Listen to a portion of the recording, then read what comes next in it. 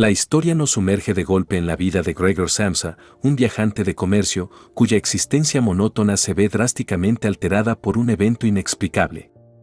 La Metamorfosis, de Franz Kafka, es una obra maestra de la literatura moderna que explora temas profundos como el deber familiar, la soledad y lo absurdo de la existencia. La narración comienza de forma impactante y sin preámbulos. Gregor Samsa, nuestro protagonista, se despierta una mañana y descubre que se ha transformado en un insecto gigante. Kafka no pierde tiempo en explicaciones. La metamorfosis es un hecho, una realidad surrealista que el lector debe aceptar de inmediato. Lo más sorprendente no es su nueva forma, sino la reacción inicial de Gregor. Su primera preocupación no es el horror existencial de su situación, sino la urgencia práctica de levantarse de la cama y llegar a tiempo al trabajo. Esta preocupación inmediata resalta la naturaleza rutinaria y opresiva de su vida anterior, así como el aplastante peso de sus responsabilidades económicas. Él es el único sustento de su familia, y su incapacidad para trabajar ahora es su principal angustia, más que su apariencia monstruosa.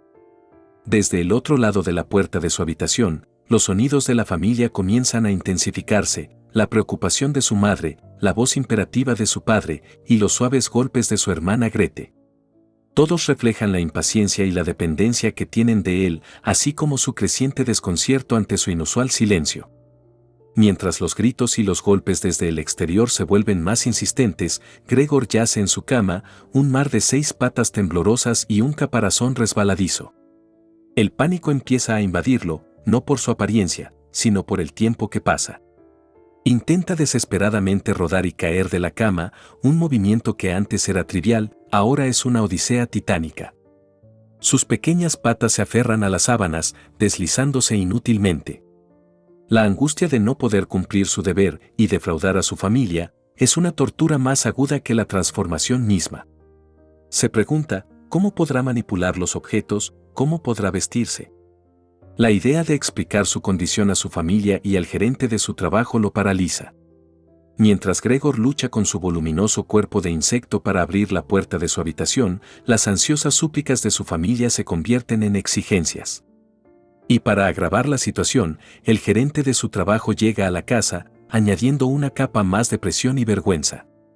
Cuando Gregor finalmente logra rebelarse, las reacciones son intensas y devastadoras. Su madre se desmaya, el gerente huye horrorizado, y su padre, con una mezcla de miedo y furia, lo empuja de vuelta a su habitación con un bastón. Esta escena es el punto de inflexión de la historia. Marca la separación definitiva de Gregor del mundo humano y de su propia familia. Su incapacidad para comunicarse de manera entendible, combinada con su apariencia aterradora, crea una barrera insuperable. Ahora está confinado, un objeto de disgusto y temor en lugar de un hijo y hermano querido. La conmoción inicial de la familia rápidamente cede el paso a una evaluación práctica, aunque dura, de su nueva y desagradable realidad. Tras el empujón de su padre, Gregor se arrastra pesadamente de vuelta a su habitación, sintiendo el dolor punzante en su costado. La puerta se cierra con un golpe seco, resonando como un veredicto final. Desde dentro, escucha el murmullo de voces alarmadas, los sollozos de su madre, las exclamaciones de su padre y los murmullos de Grete. Intenta vocalizar, pero solo emite un chirrido inentendible, una burla cruel de lo que solía ser su voz humana. En los primeros días, Grete, la hermana menor de Gregor, asume el papel de su cuidadora principal. Ella le limpia su habitación y le trae comida, observando que Gregor ahora solo come sobras y alimentos en descomposición, y siente una repulsión por la comida fresca.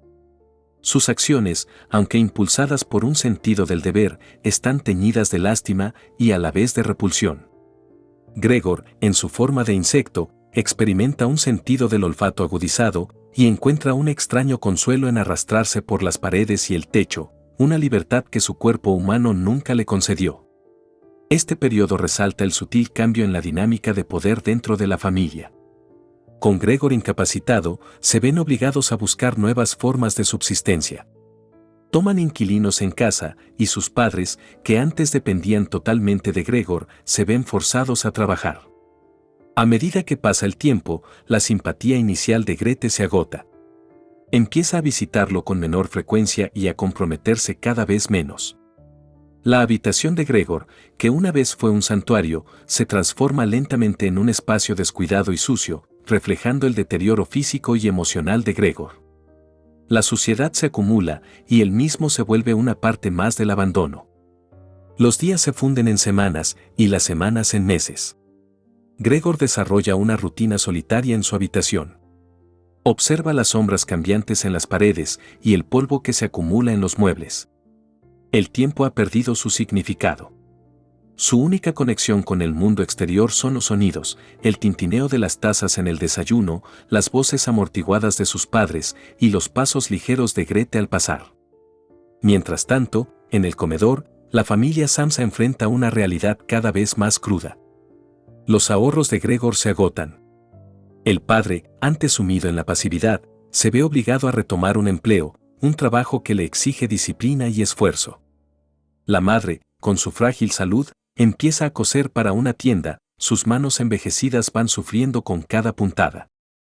Y Grete, con su juventud, encuentra un puesto como dependienta, y sus sueños de estudiar música se desvanecen lentamente. El resentimiento de la familia hacia Gregor crece sin parar. Lo ven cada vez menos como su hijo, y más como una carga repulsiva y un estorbo. Sus conversaciones, que Gregor aún puede entender perfectamente desde su aislamiento, se vuelven cada vez más críticas y desprovistas de afecto. Discuten abiertamente sus problemas financieros y la imposibilidad de que él siga existiendo, a menudo justo afuera de su puerta, sin importarle si él escucha. Una escena particularmente conmovedora es la de la retirada de sus muebles. Aunque inicialmente es un acto benevolente de Grete para darle más espacio para arrastrarse, también despoja a Gregor de los últimos vestigios de su vida humana, dejándolo con solo el cascarón vacío de su habitación. Él se aferra desesperadamente a un marco de fotos, una última conexión a su pasado. Su padre, ahora trabajando y reafirmando su autoridad, se vuelve cada vez más agresivo. Esto culmina en el horrible incidente en el que lo bombardea con manzanas, una de las cuales se aloja en su espalda, causándole una herida supurante. Esta herida es tanto física como simbólica, un golpe mortal a su ya frágil existencia. La manzana incrustada en su espalda se convierte en una tortura constante. La herida supura, atrayendo moscas, y el dolor se irradia por todo su cuerpo. Es un recordatorio físico de la brutalidad de su padre y de la indiferencia de su familia.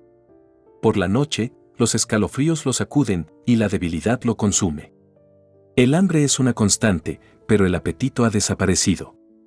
Se niega a sí mismo la comida, como si al negarse el sustento, pudiera de alguna manera acelerar el fin de su sufrimiento, o quizás, como un acto final de control sobre su destino.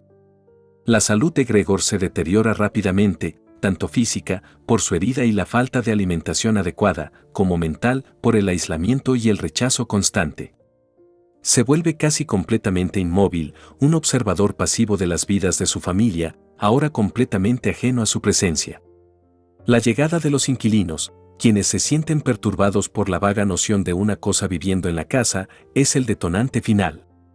Cuando Grete toca su violín, un acto que conmueve profundamente a Gregor y le hace intentar salir de su habitación por última vez, es recibido con el disgusto y el horror de los inquilinos. En ese momento, Grete, ahora completamente harta y desesperada, declara que deben deshacerse de esto, dejando de referirse a Gregor como su hermano. Esta declaración es la traición definitiva, la ruptura final de cualquier vínculo familiar. Gregor, al escuchar esas palabras, se arrastra de vuelta a su habitación. El violín sigue sonando, pero ahora es una melodía de despedida, un requiem por su existencia. En la oscuridad de su habitación, Gregor se entrega, la herida en su espalda arde, pero ya no le importa. El hambre y la sed han desaparecido. Sus pensamientos se ralentizan y la conciencia se desvanece. La última imagen que tiene es la del tenue amanecer que se filtra por la ventana. Un suspiro final, casi inaudible, y Gregor Samsa, el hombre insecto, expira. A la mañana siguiente, la criada descubre el cuerpo inerte de Gregor. Su reacción es una mezcla de asco y liberación, una liberación que rápidamente se extiende a la familia. No hay luto, no hay lágrimas, solo un profundo y palpable alivio. El padre, antes encorvado, se yergue con una nueva autoridad. La madre, con su salud recuperada, parece haber perdido años. Grete, la más joven, florece ante sus ojos. La pesadilla ha terminado. Deciden tomar el día libre, un día para respirar, para celebrar esta nueva libertad. Suben a un tranvía, yendo hacia el campo, sintiendo el sol en sus rostros. Las conversaciones giran en torno al futuro y las nuevas oportunidades. Hablan del posible matrimonio de Grete, una perspectiva que antes era impensable. La vida le sonríe de nuevo y la sombra de Gregor Samsa se disuelve como el rocío matutino. Su existencia y su sufrimiento se han reducido a una anécdota desagradable. La novela termina con la familia mirando hacia adelante, hacia un futuro brillante y sin cargas, dejando atrás la memoria del insecto que una vez fue su hijo y hermano. Es un final que invita a la reflexión sobre la crueldad de la indiferencia y la facilidad con la que la sociedad puede desechar a aquellos que no encajan en sus moldes. Si te gustó esta narración, puedes seguirme para no perderte los próximos resúmenes.